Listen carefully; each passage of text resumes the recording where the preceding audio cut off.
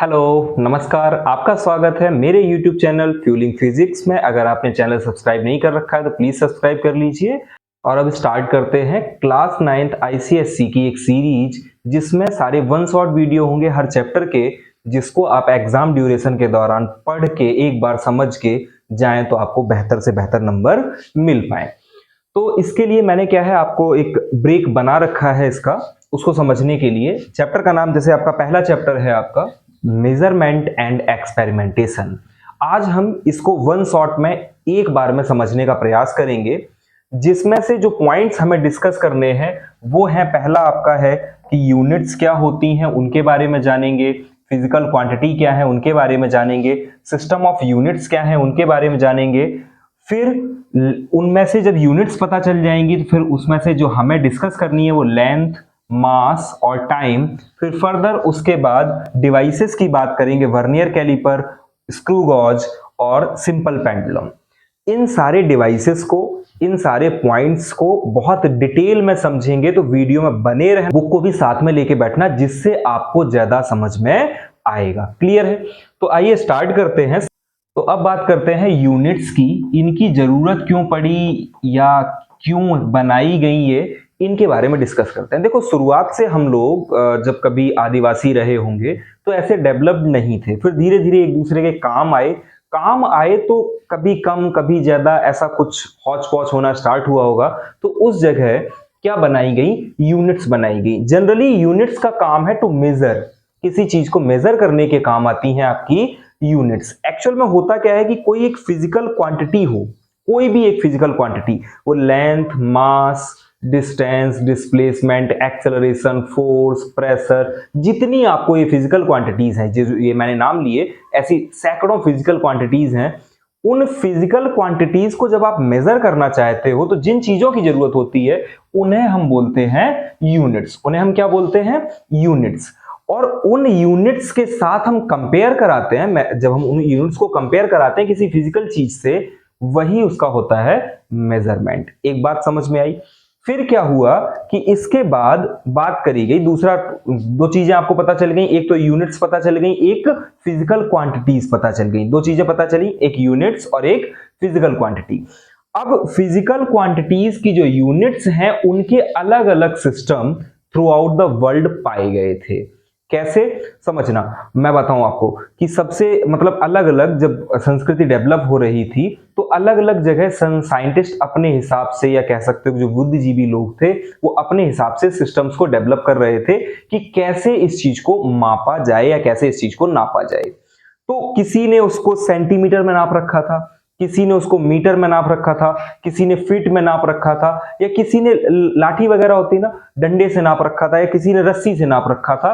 पर जो स्टैंडर्ड वे में आए तीन सिस्टम हमें पता चले। तो यूनिट्स तो हमें समझ में आ गई कि यूनिट्स क्या है, किसी भी फिजिकल से कंपेयर करा लेंगे तो वो यूनिट्स होंगी। लेकिन जब सिस्टम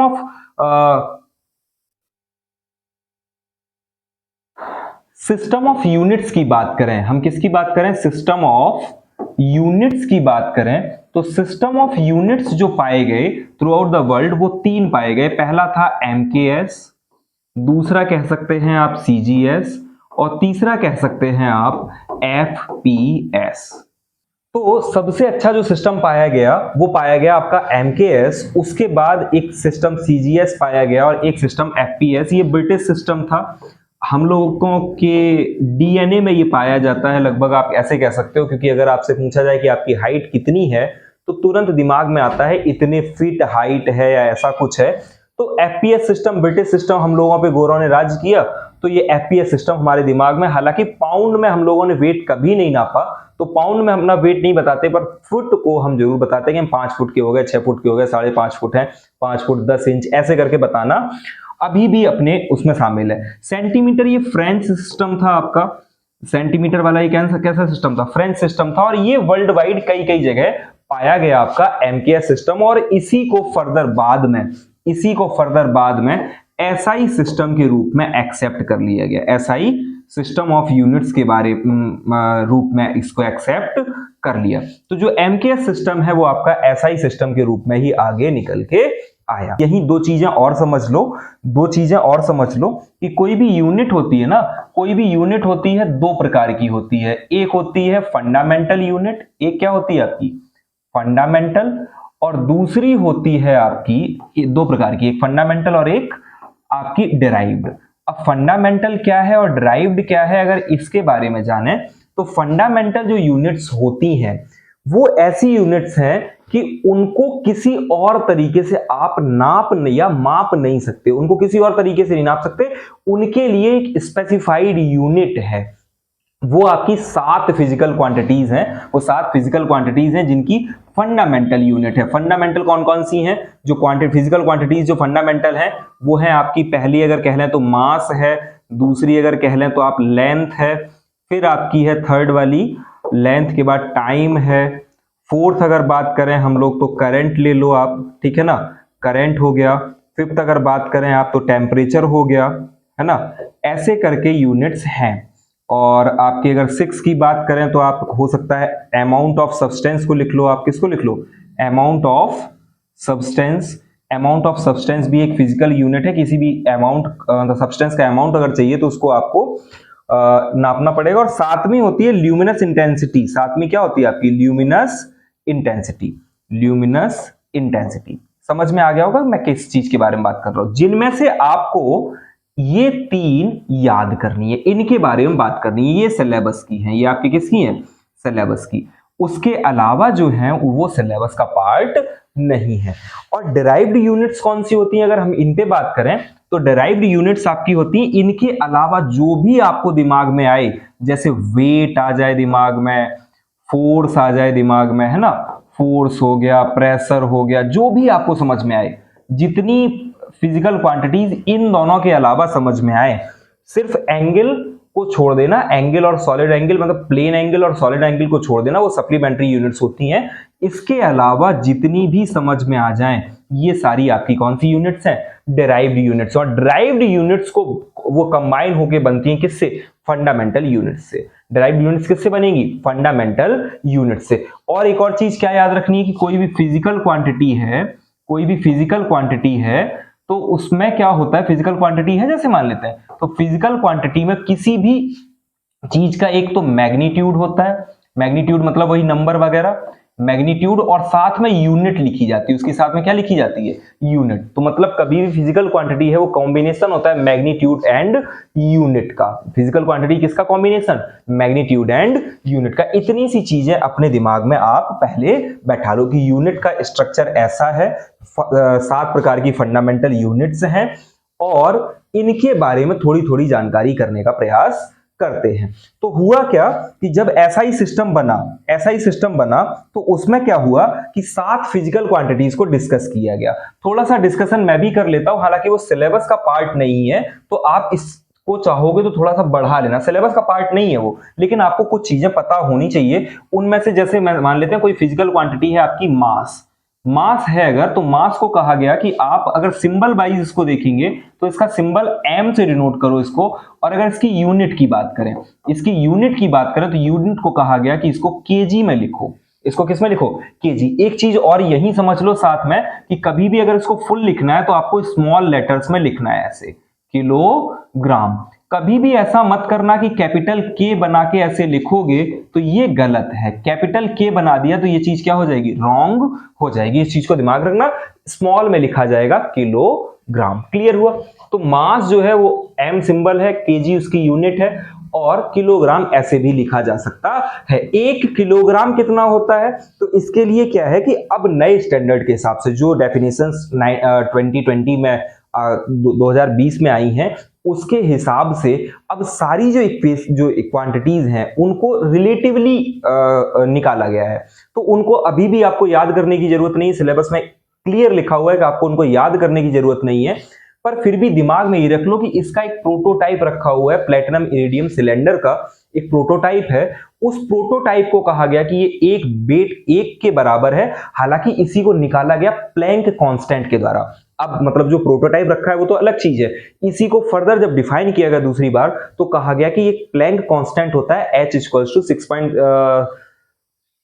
कुछ करके वैल्यू होती है into 10 to the power 34, 6.626 into 10 to the power 34, उसके साथ कंपेयर करा के एक केबल बैलेंस आता है, या आप कह सकते हो कि प्लैंक कांस्टेंट और एक केबल कांस्टेंट बैलेंस आता है, उस बैलेंस की सहायता से वेट को आजकल निकाला जा रहा है, वो 1 केजी वेट के बराबर बताया गया उसको। तो आपको याद नहीं करना है, मेनली बेसिकली इतना सा दिमाग में रख लो कि मास क्या है आपका, 1 केजी का मास, और एक प्लेटिनम इरिडियम का सिलेंडर रखा हुआ है, उसको 1 केजी मास के बराबर माना गया है।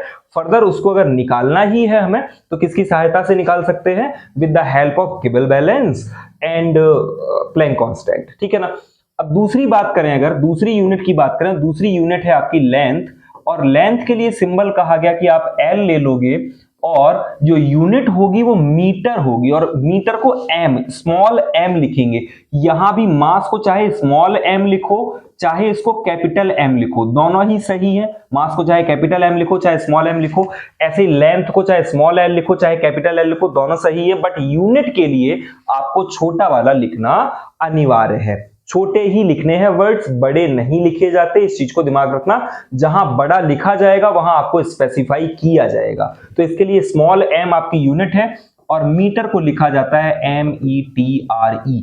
METER मत लिखना, वो डिवाइसेस होते हैं जो, उनके आगे डिवाइसेस में METER आता है। थर्मोमीटर हो गया, कोई भी मीटर हो गया, वोल्ट मीटर, एमीटर, फलान मीटर, जितने भी मीटर हों, दिमाग मीटर जितने भी हों, उनमें वो TER आता है। क्लियर हुआ।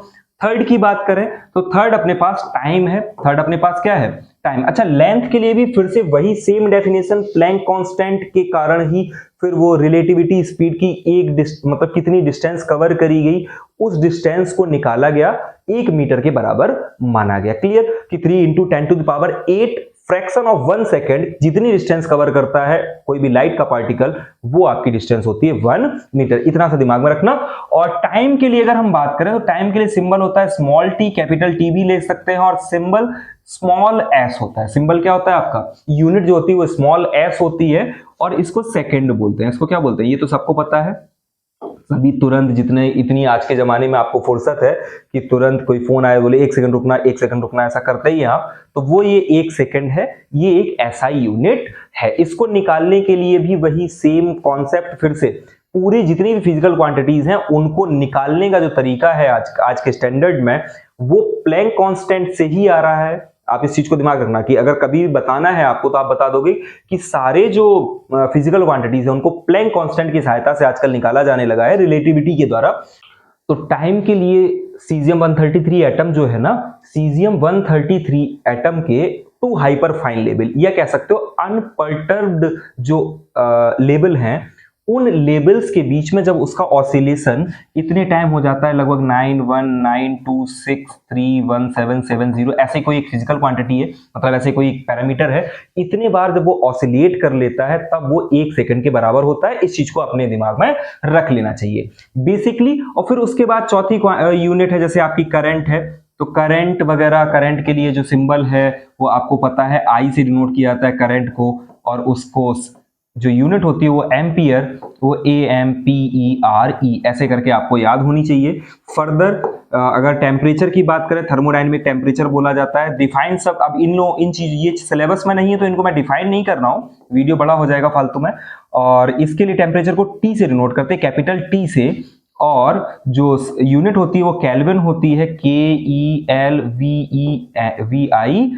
एक चीज और गौर करना, मैंने यहां जैसे A बड़ा बना दिया, तो ये भी क्या होना चाहिए, छोटा बना चाहिए। ये सेकंड्स भी क्या होना चाहिए, छोटा होना चाहिए। ये मीटर भी क्या होना चाहिए, छोटा होना चाहिए। इन चीजों को आप भी गौर किए रहना। क्लियर है। केल्विन हुआ, केल्विन वही उससे निकलता है, ट्रिपल पॉइंट ऑफ वाटर से निकाला जाता है फर्दर। और 6 की अगर हम बात करें तो अमाउंट ऑफ सब्सटेंस है आपका। 6 की किसकी बात करें, अमाउंट ऑफ सब्सटेंस। तो अमाउंट ऑफ सब्सटेंस के लिए बताया गया कि इसको नापना है आपको मोल में। इसको किस में नापना है, मोल में। और जो यूनिट होगी वो होगी MOL, और ये आपका एक्चुअल में एवोगाद्रो नंबर से निकलता है। ये भी कॉन्सेप्ट कैसे निकलेगा, एवोगाद्रो नंबर से। और किसी भी एक मटेरियल के अंदर अगर वो 1 मोल है तो उसके अंदर पार्टिकल जो होते हैं वो 6.0224 इंटू 10 टू द पावर 23 होते हैं। ये भी आपको याद कर लेना चाहिए। और लास्ट वाला आपका होता है ल्यूमिनस इंटेंसिटी। ये आप ग्रेजुएशन भी पार कर लोगे उसके बाद ये कहीं यूज होना स्टार्ट होगा, उसके पहले ल्यूमिनस इंटेंसिटी से रिलेटेड चीजें आपको दिखाई नहीं देंगी। ल्यूमिनस इंटेंसिटी को डिनोट किया जाता है, मतलब ल्यूमिनस इंटेंसिटी है आई से ही डिनोट कर लेते हैं, पर जो यूनिट होती है वो कैंडला आपकी होती है, सीडी नाम से उसको लिखा जाता है। बेसिकली आपको ये तीन पता है, तीन पता करनी है, इनके बारे में और थोड़ा डिटेल में समझने का प्रयास करते हैं। तो अगर हम सबसे पहले यूनिट को ले लें, पहली यूनिट को ले लें, वो अगर फिजिकल क्वांटिटी पहली ले लें, सॉरी फिजिकल क्वांटिटी आपकी ले लें लेंथ। अब अगर हम लेंथ वाइज बात करें, लेंथ हो, मास हो, कोई भी चीज हो, एक बहुत अच्छी सी टेबल मैं आपको सिखा रहा हूं, उस टेबल को जरा सीख लो। उसके बाद आपके जो कन्वर्जन्स होंगे, आधे कन्वर्जन्स आपको आ जाएंगे। लेंथ होती क्या है? बेसिकली एक डिस्टेंस होती है। इसके लिए एक चीज याद करो, आपको होता क्या है, अगर कहीं भी ऐसी चीजें लिखो तो ऐसे लिखो किलो, फिर हेक्टो, किलो, हेक्टो, डेका, और इधर पे आप तीन चीजें लिख सकते हो, गौर करना, इधर पे आप तीन चीजें लिख सकते हो, ग्राम लिख लो, मीटर लिख लो, और लीटर भी लिख सकते हो, चाहो तो लीटर भी लिख सकते हो। किलो, किलो, हेक्टो, डेका, ग्राम या डेस, फिर इधर आएगा डेसी, सेंटी, और इधर आपका क्या, मिली। ऐसे करके अगर आपने याद कर लिया, अब अगर ग्राम लिख रहा हो तो किलोग्राम, फिर hectogram, decagram, decigram, centigram, milligram, और ग्राम तो बीच में लिखा ही है। ऐसा आपको याद कर लेना है, एक लाइन सीधी, kilo, hecto, decagram, deci, centi, milligram. Gram के टर्म में याद कर लो, चाहे kilo, hecto, decametre, deci, centi, millimetre, और चाहे लीटर के टर्म में आपको याद कर लेना है। फिर क्या है, इसमें जो सबसे अच्छी खास बात है वो ये है कि अगर 1 किलोग्राम लिखा है, कहीं कितना लिखा है, 1 किलोग्राम लिखा है, तो उसमें बगल वाले में हेक्टोग्राम होंगे 10, डेकाग्राम अगर होंगे तो डेकाग्राम अगर आप लिखोगे तो वो होंगे 100। क्लियर? डेकाग्राम कितने होंगे, 100 होंगे। ऐसे ही ग्राम जो होंगे वो कितने होंगे, थाउजेंड्स होंगे। फिर ये 10,000 होंगे, ये कितने होंगे, 10,000। और फिर ये यहाँ 4 जीरो है तो यहाँ 5 कर दो, 1 2 3 4 5, और इधर आपके फर्दर 6 जीरोस। इधर कितने जीरो, 6। एक चीज और यही लगे हाथ समझ लो कि इसी को चाहो तो 10 टू द पावर 1 लिख सकते हो, इसको चाहो तो 10 टू द पावर 2 लिख सकते हो, इसको चाहो तो 10 टू द पावर 3 लिख सकते हो, इसको चाहो तो 10 की पावर 4 लिख लो, इसको 10 की पावर 5 लिख लो, और इसको 10 की पावर 6 लिख लो। अब कन्वर्जन का क्या फायदा हुआ कि किलोग्राम है, अगर 1 किलोग्राम में आपसे मिलीग्राम पूछे जाएंगे तो आप क्या कहोगे, 10 टू द पावर 6। 1 किलोग्राम में अगर हेक्टोग्राम पूछे जाएंगे तो आप कहोगे 10 टू द पावर 1। 1 मीटर, और ये अभी चीजें आनी है ना 1 ग्राम वाली। अब क्या करो आप कि अब मैं सारी जगह ये 10 टू द पावर वाले लिखूंगा। अब मान लेते हैं कहीं 1 हेक्टोग्राम लिखा है, क्या लिखा है, 1 हेक्टोग्राम में। ये सारे कन्वर्जन अगर आपको जानने हैं तो पीछे अगर आओगे तो 10 की पावर -1। अब यहां क्या, माइनस में 1 कर दो, और इधर जब बाहर इस तरफ को गए 10 की पावर कितनी, 1। इधर गए तो 10 की पावर कितनी, 2। 10 की पावर कितनी, 3। 10 की पावर कितनी, 4। 10 की पावर कितनी, 5। समझ में आया कुछ, कि ऐसे करके आपको याद कर लेना है। मतलब 1 हेक्टोग्राम में अगर मिलीग्राम पूछे जाएंगे तो आप कहोगे 10 टू द पावर 5। कन्वर्जन समझ में आया? अब अगर इधर होते तो क्या होता, 10 की पावर -1, इधर 10 की पावर -2, और इधर को जाएंगे तो 10 की पावर 1, 2, और इधर कितनी, 3, फर्दर इधर कितनी, 4। समझ में आया? ऐसे करके याद कर लेनी है। यहां गए 1 ग्राम में, मेन कन्वर्जन ये वाला है, क्योंकि सारी मेन फिजिकल क्वांटिटी कौन सी है, मीटर है, या यहां वैसे तो किलोग्राम है इधर, तो इधर से किलोग्राम के लिए, मास के लिए ये वाली चीज चलेगी, पर मीटर के लिए 1 मीटर है तो वो यहां से चलेगी। किलोग्राम के केस में यहां से चीजें चलेंगी, और इसके केस में यहां से चलेंगी। तो 1, फिर इधर पीछे को आओगे तो 10 टू द पावर -1, इधर आओगे तो 10 टू द पावर -2, और इधर आओगे तो 10 टू द पावर क्या, -3। फर्दर इधर बात करें अगर हम लोग 10 to the power 1, 10 to the power 2, 10 to the power 3, इतना सा समझ में आया? इसी टेबल को आप चाहोगे तो पूरा ऐसे लिख सकते हो। फर्दर इतने में ही आपको समझ में आया होगा कि बेसिक होता क्या है। अगर कहीं 1 मीटर लिखा है तो उसमें कितने मिलीमीटर, 10 टू द पावर 3। अब अगर हमें उल्टा आना होता, गौर करना, यही टेबल जैसे ये माइनस जा रही तो इधर पूरा लास्ट तक आओगे तो 10 टू द पावर -6 तक आ जाएगा कि नहीं आ जाएगा? जब 1 होगा तो इधर 1 2 3, 1 मिलीमीटर में 10 टू द पावर -3 मीटर होंगे। तो इस टेबल को आप पूरा बनाना, मैंने आपको एक आउटलाइन कर दिया, इसको रट लोगे अगर तो चाहे ग्राम का मीटर में, मतलब ग्राम में कन्वर्जन हो, चाहे मीटर में कन्वर्जन हो, चाहे लीटर में कन्वर्जन हो, आप सारे कन्वर्जन को कर पाओगे। यहां तक बात समझ में आई?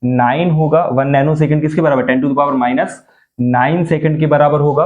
फिर अगर टाइम की ऐसे बात करते रहें, बढ़ाते रहें तो आपको पता है एक सेकंड तो पता ही है। एक मिनट की अगर हम बात करें तो एक मिनट में कितने सेकंड, 60 सेकंड्स होते हैं। अगर एक दिन की बात करें, 1 डे की बात करें तो एक दिन में कितने सेकंड होंगे, या पहले एक आवर की बात कर लेते हैं। एक आवर की बात करें तो एक आवर में आपके मिनट कितने होंगे, एक आवर में 60 मिनट, तो 60 इंटू 60, तो ये कितने हो गए आपके 3600 सेकंड। ये कितने हो गए 3600 सेकंड। एक दिन की बात करें, 1 डे में कितने होंगे, तो आप कहोगे 3600 इंटू कितने 24, 3600 इंटू कितने 24, कैलकुलेट कर लेना जो भी आते हो आपके। तो डे के बाद अगर बात करें 1 मंथ की, तो 1 मंथ में आपके जो टाइम होता है वो कितना होता है 2.56 इंटू 10⁻6 सेकेंड। 1 ईयर की बात करें तो ये क्वांटिटी आपको याद रख लेनी, ईयर हो, डिकेड हो, सेंचुरी हो, मिलेनियम हो। तो ईयर के लिए क्या करेंगे, ईयर होता है आपका 3.16 इंटू 10⁻7 सेकेंड्स, डिकेड में होते हैं 3.16 इंटू 10⁸ सेकेंड, सेंचुरी में होते हैं 3.16 इंटू 10⁹ सेकेंड्स, और मिलेनियम में होते हैं आपके 3.16 इंटू 10⁻10 सेकेंड्स। अब अगर हमें डिस्टेंस निकालनी है तो इन टाइम के साथ, इस टाइम के साथ हम डायरेक्टली स्पीड ऑफ लाइट को मल्टीप्लाई करेंगे और फिर आपकी डिस्टेंस कैलकुलेट हो जाती है कि कितनी डिस्टेंस कवर करी है, ये टाइम पता चल गया। और फिर उसके बाद स्पीड ऑफ वेलोसिटी पता कर लो, लाइट, ये टाइम पता चल गया, उसके बाद स्पीड ऑफ लाइट पता ही है तो हमें डिस्टेंस पता चल जाती है। क्लियर हुआ। अब आगे बढ़ते हैं, अब बात करते हैं डिवाइसेस की। इतना सारा अब हम समझते हैं डिवाइसेस को। डिवाइसेस में जो पहला डिवाइस अपने पास है वो है वर्नियर कैलिपर। इसको जो बनाने वाले साइंटिस्ट थे वो थे पियरे वर्नियर, और उन्होंने इस डिवाइस को बनाया था। इस डिवाइस की बड़ी खासियत ये है कि ये किसी भी सॉलिड हो और चाहे हॉलो हो, चाहे सॉलिड हो कोई चीज, चाहे वो हॉलो हो, उसका ये डायमीटर निकाल के दे देता है। जैसे पाइप वगैरह है ना, तो जो इंडस्ट्रीज होती हैं पाइप वाली, उनमें इनके जो डायमीटर निकालने के लिए यूज किया जाता है वो यही यूज किया जाता है। जैसे ग्लास है कोई, उस ग्लास जैसे गोल जो पानी पीता है ना, उसका अगर डायमीटर हमें निकालना है, उसकी थिकनेस निकालनी है कि उसमें कितना मटेरियल यूज हुआ है, तो with the help of vernier calliper हम उसको निकाल सकते हैं। लेकिन वर्नियर कैलिपर हो या कोई भी डिवाइस हो, उसको जानने से पहले सबसे पहला वर्ड आपको जो पता होना चाहिए वो पता होना चाहिए लीस्ट काउंट। तो लीस्ट काउंट क्या होता है, उसको यहां एक चीज से समझने का प्रयास करें। एक्चुअल में है क्या कि वर्नियर कैलिपर जैसे ये है, इसमें 2 स्केल बनी है, एक यहां मेन स्केल है और एक इस पे जो ये मूवेबल जॉ है ना, ये जो मूव कर सकता है, इस जॉ के ऊपर बनी हुई है आपकी एक वर्नियर स्केल, जिसको आप शॉर्ट में यहां देख सकते, मतलब थोड़ा एनलार्ज्ड यहां देख सकते हो।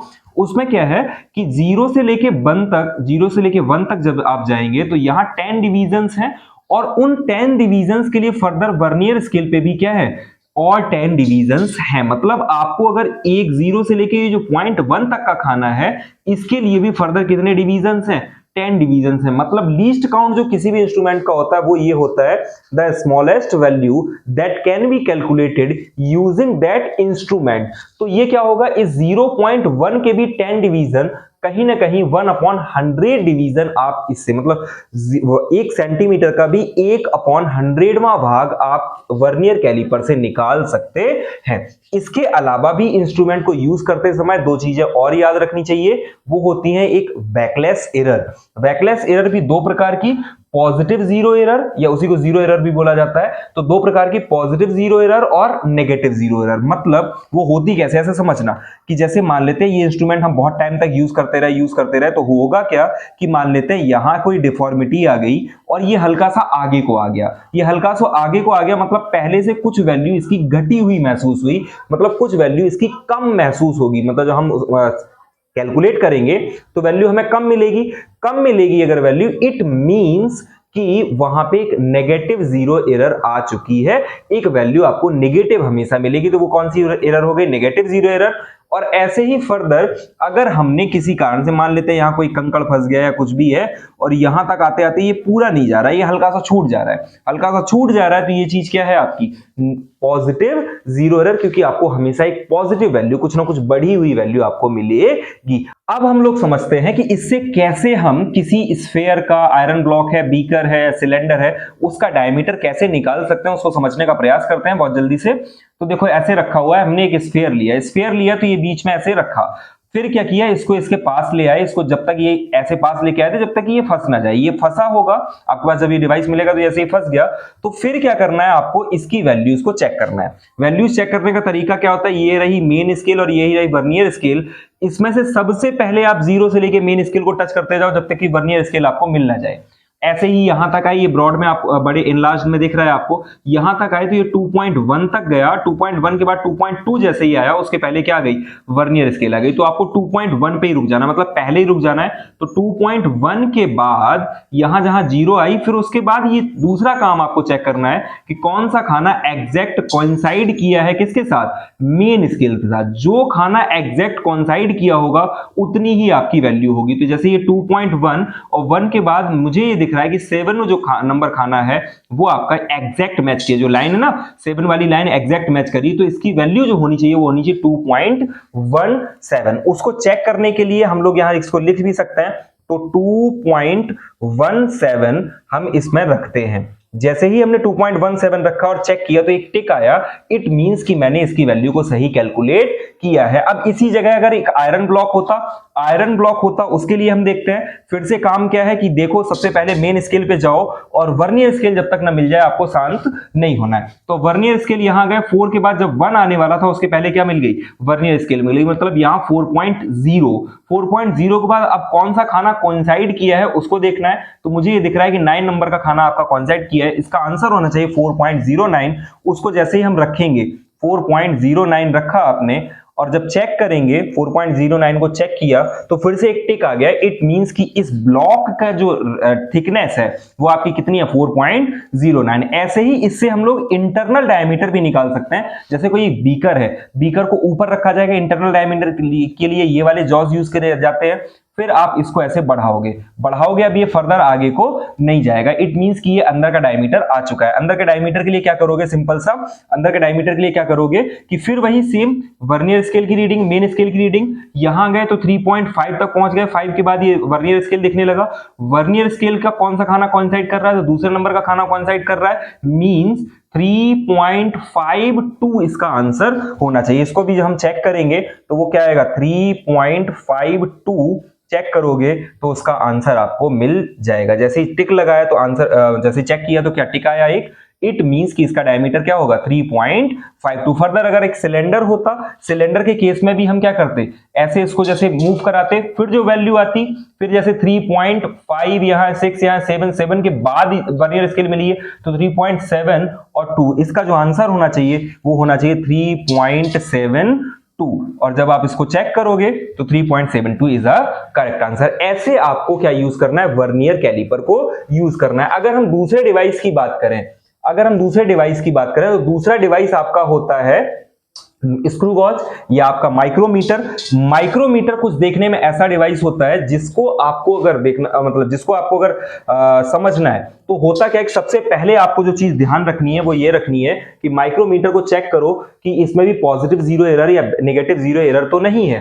तो उसके लिए क्या करोगे, इसको जैसे ही मूव कराओगे फिर इसमें ये गौर करो कि इसको जब हमने पूरा टाइट किया तो इसका जीरो, ये जो मेन स्केल है, इसके अंदर एक मेन स्केल भी है, इस मेन स्केल के जीरो के साथ वो कोइंसाइड कर रहा है या नहीं कर रहा है। अगर वो कोइंसाइड कर रहा है इट मींस कि इसके अंदर जीरो एरर नहीं है। यहां आप देख पा रहे हो कि जैसे फुल टाइट हुआ तो उसके बाद ये, अब जब आप फिजिकली इसको लोगे तो ये जैसे आप मूव कराओगे तो कट कट कट कट आवाज करने लगेगा, फर्दर टाइट नहीं होगा। आपको इधर से टाइट नहीं करना पकड़ के, हमेशा पीछे से पकड़ना है, ये याद रखना जब भी आप कभी इस डिवाइस को यूज करना। फिर इसकी पिच की बात करें, इसमें एक वर्ड होता है पिच। पिच का मतलब होता है एक कंप्लीट राउंड में, जैसे कोई एक स्क्रू होता है, उस स्क्रू में आप गौर करोगे कि एक से लेके दूसरा वहीं घूम के आओगे तो एक थोड़ा सा डिफरेंस आ जाता है। वो जो डिफरेंस होता है वो कहलाता है आपका पिच। मतलब फॉर वन कंप्लीट रिवॉल्यूशन कितनी डिस्टेंस कवर करी गई मेन स्केल पे, वो कहलाती है आपकी पिच कहलाती है। उस चीज को थोड़ा सा और गौर करना। उसके बाद इस डिवाइस को यूज करना बड़ा आसान है। इसके अंदर मान लेते हैं कोई चीज आपको जिसकी थिकनेस जाननी है, उसको आप इसके बीच में फंसाओगे, फिर इसकी रीडिंग को आप कैलकुलेट कर लोगे। मान लेते हैं एक चीज हम ले लेते हैं इसको, जैसे एक आयरन का टुकड़ा, जैसे एक वायर हो, उस वायर को अगर हम लोग ले लें, गौर करना, उसको अगर हम लोग ले लें तो होगा क्या, जैसे इसके अंदर रखा, फिर फर्दर हम क्या करेंगे, इसको टाइट करेंगे। इसको टाइट किया, एक टाइम के बाद ये टाइट होना क्या हो जाएगा, बंद हो जाएगा। टाइट होना बंद होगा तो कट कट आवाज आएगी आपके पास। उस आवाज के बाद आपको क्या करना है, हमेशा मेन स्केल और वर्नियर स्केल को चेक करना है। मेन स्केल पे रीडिंग देखना, तो 0, फिर यहाँ 1, फिर 2, फिर 3, फिर 4 हुआ और यहाँ 2, 5 है। तो इसका जो डायमीटर होना चाहिए वो कितना होना चाहिए, 4.25 इसका आंसर होना चाहिए, ठीक है ना। तो इसको ऐसे यूज किया जाता है, इससे इंटरनल डायमीटर नहीं निकलता है, इससे बहुत छोटी सी चीजें निकलती हैं और ये mm में होता है। ये किस में निकालते हैं, सारी रीडिंग्स किस में आती है, mm में आती हैं। इससे इसके लिए ड्रॉबैक ये कभी कभी यहां से आप टाइट कर दो, प्लस पॉजिटिव जीरो एरर और नेगेटिव जीरो एरर आने के चांसेस बहुत ज्यादा होते हैं, क्योंकि कभी आपने ज्यादा ताकत लगा दी, कभी कम लगा दी, तो इसमें थोड़ी डिफिकल्टीज ज्यादा आती हैं, बट फिर भी ये यूज किया जा सकता है किसके लिए, डायमीटर को निकालने के लिए। थर्ड अपने पास जो लास्ट डिवाइस है जिसको हमें समझना है वो है आपकी सिंपल पेंडुलम। और सिंपल पेंडुलम कैसी होती है उसको जरा समझने का प्रयास करते हैं। सिंपल पेंडुलम को अगर हम देखें तो पेंडुलम का कुछ स्ट्रक्चर ऐसे होता है कि हमने इसको छत पे ऐसे टांग लिया, यहाँ एक प्रोटेक्टर वैसे तो नहीं लगा होता है पर जनरली हमें लगा लेना चाहिए जिससे हमें एंगल वाइज पता चले। हमने क्या किया कि 1 kg का एक वेट लिया और उसको ऐसे लटका दिया। फिर क्या करो फर्दर, आप अगर हम चाहें तो स्टॉप वॉच भी लगा सकते हैं, पीरियड ट्रेस भी लगा सकते हैं कि कितना पीरियड है, मतलब टाइम पीरियड कितना है। तो उसके लिए क्या करोगे, जैसे ही आप इसको जैसे मान लेते हैं, हमने इसको हमेशा किया गया जो एक्सपेरिमेंट किया जाता है उसमें क्या होता है, जैसे मान लेते हैं 40 डिग्री पे इसको छोड़ दिया। अब जैसे आपने छोड़ा तो ये क्या हो, ये चीज क्या होगी, मूव करने लगी। और ये इसका एक टाइम पीरियड था जो बार बार बन के दिखाई देगा ना आपको, ये एक टाइम पीरियड था। एक टाइम पीरियड में एक बार यहां फिर यहां पूरा फिर वापस वहीं आ गए लौट के, तो वो कहलाता है आपका एक टाइम पीरियड। फिर एक्सपेरिमेंट में किया क्या जाता है, जैसे टाइम के हिसाब से, सेकंड्स के हिसाब से इसको चेक किया जाता है कि कितने मतलब 1 सेकंड में कितनी बार ये मूव किया। अभी तो ये लगातार ऐसे ही मूव करता रहेगा। अब मान लेते हैं 1 सेकंड में इसके मतलब 1 मिनट में इसके कितने रिवॉल्यूशंस हुए, कितने इसने टाइम कंप्लीट किए रिवॉल्यूशंस, उनको काउंट किया जाता है और उसके हेल्प से हम लोग ग्रेविटी की वैल्यू निकाल लेते हैं। उसके हेल्प से किसकी वैल्यू निकाल लेते हैं, एक्सेलरेशन ड्यू टू ग्रेविटी। अगर हम इसी जगह समझें तो इसका फॉर्मूला जो होता है, इसका जो फॉर्मूला होता है वो निकल के आता है T इक्वल्स टू, वो निकल के आता है आपका जो फॉर्मूला होता है वो होता है T equals to under root, मतलब 2 pi under root L upon G, 2 pi under root L upon G। आपको ये फॉर्मूला मेनली याद कर लेना चाहिए। फिर इसके न्यूमेरिकल्स के लिए भी ये फॉर्मूला आपको याद होना चाहिए। टाइम पीरियड के न्यूमेरिकल्स अगर निकाल रहे, निकाला कैसे जाता है, अगर हम इसी वे में इसको फिर से समझें तो होगा क्या कि L जो ये लेंथ है ना, इसकी लेंथ को हम लोग देख लेंगे, फिर लेंथ को वेरी कराएंगे। मान लेते कभी 50 सेंटीमीटर, कभी 60, कभी 70, कभी 100, ऐसे सेंटीमीटर वाइज लेंथ इसकी ले लेंगे। सेम डिस्टेंस पे 40 डिग्री एंगल पे ये मान लेते हैं, हम क्या करेंगे, इसको बार बार इसकी वैल्यू को चेक करेंगे। तो एक ग्राफ बनेगा किस किस के बीच में, T के बीच में और L के बीच में। T और L के बीच में जो ग्राफ होगा उससे हम एक्सेलरेशन ड्यू टू ग्रेविटी की वैल्यू को कैलकुलेट कर लेंगे। इतना सा काम हम लोग करते हैं with the help of simple pendulum. Plus ऐसा भी हो सकता है कि एक पेंडुलम है, दूसरी पेंडुलम है, उन दूसरी पेंडुलम के टाइम पीरियड को कंपैरिजन करा लें। फिर ग्रेविटी तो फिक्स रहती है, एक जगह पे अगर चीजें हो रही तो ग्रेविटी फिक्स रहेगी। लेंथ निकलवा लें आपसे, तो कुछ ऐसे भी आपसे फॉर्मूले हो सकते हैं, T1 upon T2 equals to L1 upon L2, ऐसे मिल सकता है अंडर रूट में। या ऐसे आपको लिखा मिल सकता है कि जो T होता है वो डायरेक्टली प्रोपोर्शनल होता है अंडर रूट ऑफ L के, और डायरेक्टली प्रोपोर्शनल होता है अंडर रूट ऑफ L के, और ऐसे ही T जो है डायरेक्टली प्रोपोर्शनल होता है under root of 1 upon G के। यही किसके होता है, under root of 1 upon G के भी प्रोपोर्शनल होता है। ऐसे आपको लिखा मिल सकता है। तो इतना आपको याद होना चाहिए in case of simple pendulum. Simple pendulum एक ऐसा डिवाइस है जिससे हम लोग एक्सेलरेशन ड्यू टू ग्रेविटी की वैल्यू को कैलकुलेट कर सकते हैं। इतना आपको याद रखना चाहिए। बाकी एक्स्ट्रा डिटेल के लिए आपको बुक थोड़ी और पढ़ लेनी चाहिए। इस वीडियो को, इसको जो ये 1 शॉट वीडियो था, इसमें आपको मैंने फिर भी हर चीज को आउटलाइन करने का प्रयास किया है इस चैप्टर में। जो ना समझ में आया हो आप उसको कमेंट करिए। प्लस इससे रिलेटेड जितने भी न्यूमेरिकल्स हैं आपके, इसके साथ एक लिंक अटैच करी हुई है, उस लिंक में आप जाके न्यूमेरिकल्स को लगा सकते हो। उन न्यूमेरिकल्स के सॉल्यूशन के लिए आप मुझे मैसेज करना। जब कमेंट करेंगे आप तो फिर वो मैं आपको, आप अपनी ईमेल देना, आप उस ईमेल पे मैं आपको उसके सॉल्यूशंस प्रोवाइड करा दूंगा। तब तक पढ़ते रहिए, मेहनत करते रहिए, और जहां ना समझ में आए वहां पूछिए। Thank you.